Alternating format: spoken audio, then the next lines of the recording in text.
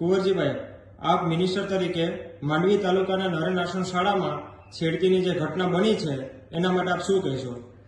નરેન આશ્રમ શાળામાં જે ઘટના બની છે એ ઘટના આચાર્ય દ્વારા કરવામાં આવી છે અને એક શિક્ષક કે આચાર્યને ન સાજે તેવી આ ઘટના કરવામાં આવી છે, જેથી હું પોતે પણ પ્રિન્સિપાલ હતો અને આ શિક્ષક તરીકે પણ મેં નોકરી કરી.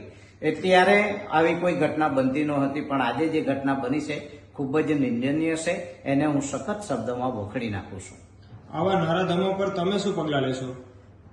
હું ચોક્કસપણે ગુજરાત સરકાર વતી પણ કહું છું કે આવા નરાધમો ફરી પાછા એ સમકલું ન કરે, એના માટે સમગ્ર ગુજરાતની અંદર કાયદોની વ્યવસ્થા જળવાઈ રહે તે માટે આ જે ઘટના બની છે એ ગુરુને સાજને તેવી ઘટના હોય એને કારણે એના ઉપર એટ્રોસિટી એક્ટ દાખલ કરવામાં આવશે.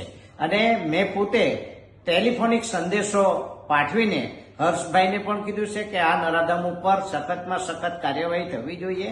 હર્ષભાઈએ તાત્કાલિક સુરત એસટી સેલના ડીવાયએસપીને સૂચના આપી અને સૂચનાને કારણે આના ઉપર એટ્રોસિટી એક્ટ દાખલ થઈ છે. સાથે મારા માંડવીના જે મોડ પીએસઆઈ છે એ પોતાના સ્ટાફ સાથે નરેન આશ્રમમાં ઘસી ગયા અને એ આશ્રમમાં જઈને કડકમાં કડક કાર્યવાહી કરવાની એમને સૂચના મેં પોતે આપી હતી અને કડકમાં કડક કાર્યવાહી થાય તેના માટેની આગામી કાર્યવાહી ચાલુ છે. આગામી દિવસોમાં આ જ વ્યક્તિ ઉપર પોસ્પો પણ દાખલ થશે અને સાથે મેં પોતે પણ આદિજાતિ વિભાગના કર્મચારીઓને તાત્કાલિક આ ઘટના સ્થળે મોકલીને એની તપાસ કરવાનો મેં આદેશો આપ્યા હતા.